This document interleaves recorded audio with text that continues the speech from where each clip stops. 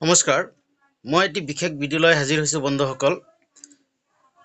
Hafiz barrister Ilyas Hussain Ansari নামেই যাৰ পৰিচয় ইতিমধ্যে গোটেই ভাৰতবৰ্ষৰ লগতে অসমক ভালকৈ মানুহে জানে।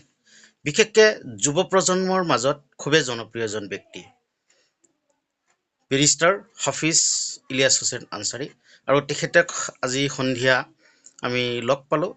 আৰু তেখেত নাম্বাৰপাৰা গাঁৱৰ লগতে ওতঃপ্ৰোত জড়িত। ইয়াতে তেওঁ অধ্যয়ন কৰিছে আৰু নাম্বাৰপাৰাৰ পৰা তেওঁৰ বৰ্তমান বাসগৃহ মাত্ৰ 4 কিলোমিটাৰমান দূৰত্বত আছে। আৰু তেওঁৰ লগত সন্ধিয়া চাহৰ আড্ডাৰ সৈতে বিভিন্ন কথাই আলোচনা কৰা হ'ল। ৰাজনীতিক, সামাজিক, অৰ্থনৈতিক, শৈক্ষিক বা আমাৰ সম্প্ৰদায়টোৰ কেনেকৈ আগবাঢ়িব পৰা যায়, কি ধৰণে কেনেকৈ ষ্ট্ৰাগল কৰি জীৱনটো আগুৱাই গ'ল। গতিকে তেখেত আজি আমাৰ নৱপ্ৰজন্মৰ এক গৌৰৱ বুলি ক'ব লাগিব। কাৰণ এনেকুৱা এটা পৰিৱেশৰ পৰাতে উঠি আহিছে যে সেই কথাখিনিয়ে আমাৰ নৱপ্ৰজন্মক উৎসাহিত কৰিব। কাৰণ শিক্ষা অৰ্জন কৰাৰ ক্ষেত্ৰত যে অৰ্থনৈতিক দুৰৱস্থাই যে কেতিয়াও হেঙাৰ হ'ব নোৱাৰে, তাৰ এটা জ্বলন্ত উদাহৰণ হ'ল ইলিয়াছ হুছেইন আনচাৰী। কাৰণ তেখেতৰ জীৱনটো যথেষ্ট ষ্ট্ৰাগল অধ্যৱসায়ৰ মাজেৰে তেখেত আগবাঢ়িছে।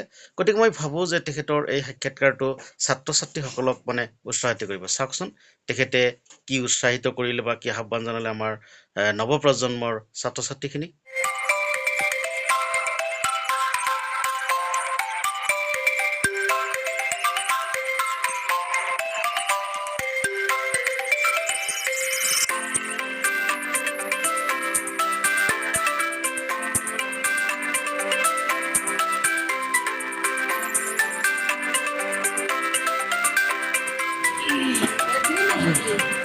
আসেন আপনাৰা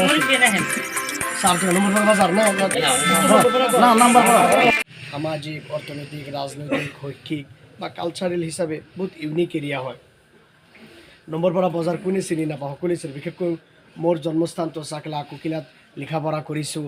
আপুনি এতিয়া আবাদী ধৰ্মপুৰ থাকোঁ, নম্বৰপাৰা, গোলাপাৰা, আপোনাৰ কীৰ্তনপাৰা, তাৰপিছত আপোনাৰ চাকলা, নম্বৰপাৰা, কুকিলা, কলগাছি, দেওকৰা আমি সকলোৱে চিনি পাওঁ, খৰিচালা। চ' যিয়ে নহওক, দক্ষিণ নম্বৰপাৰা হাইস্কুল পাৰ্ট 2টো মই নিজেই লিখা পঢ়া কৰিছোঁ। সকলো গণ্যমান্য ব্যক্তিসকলে ইয়াত উপস্থিত আছে। I am very happy today to come over here. তেখেতসকলে মোক ইমান ধুনীয়া ফুলাম গামোচা দিছে। চ' মোৰ ফালৰ পৰা মই সকলোকে ধন্যবাদ জনাইছোঁ, মোৰ তেহেদিলছে শুক্ৰিয়া আদায় কৰিছোঁ। আৰু প্ৰিয় নম্বৰপাৰাবাসী, আপোনালোকে ভালে থাকক, সুস্থ থাকক, সবল থাকক। আৰু মই আশা কৰোঁ নম্বৰপাৰাৰ পৰা উঠি আহি নজোৱানসকলে ডক্টৰ হ'ব, ইঞ্জিনিয়াৰ হ'ব, প্ৰফেচাৰ হ'ব, বেৰিষ্টাৰ হ'ব, লয়াৰ হ'ব, ভাল ইছলামিক স্কলাৰ হ'ব, পুৰা বিশ্বৰ মাজত যায় অসমৰ নাম, ভাৰতবৰ্ষৰ নাম উজ্বলাব। যাতে অসমৰ ৰত্ন হ'ব পাৰে, ভাৰতবৰ্ষৰ ৰত্ন হ'ব পাৰে। যে সাৰে জাহা আচ্ছা হিন্দুস্তান হামাৰা, হাম বুলবুলে হে ইসকি য়ে গুলিস্তান হামাৰা, মজাহাব নেহি সিখাতা আপস মে বেৰ ৰাখনা, হিন্দী হে হাম আতন হে হিন্দুস্তান হামাৰা। আমাৰ অসম আমাৰ ৰূপহী গুণৰো নাই শেষ, ভাৰতৰে পূৰ্ব দেশৰ সূৰ্য উঠা দেশ। গোটেই জীৱন বিচাৰিলেও অলেখ দিৱস ৰাতি, অসম দেশৰ দৰেই নেপাওঁ ইমান দখাল মাটি। আমি আসামখন আমন আমান আৰু ইউনিটি ইন ডাইভাৰ্চিটি অসম আমি বনাব লাগিব।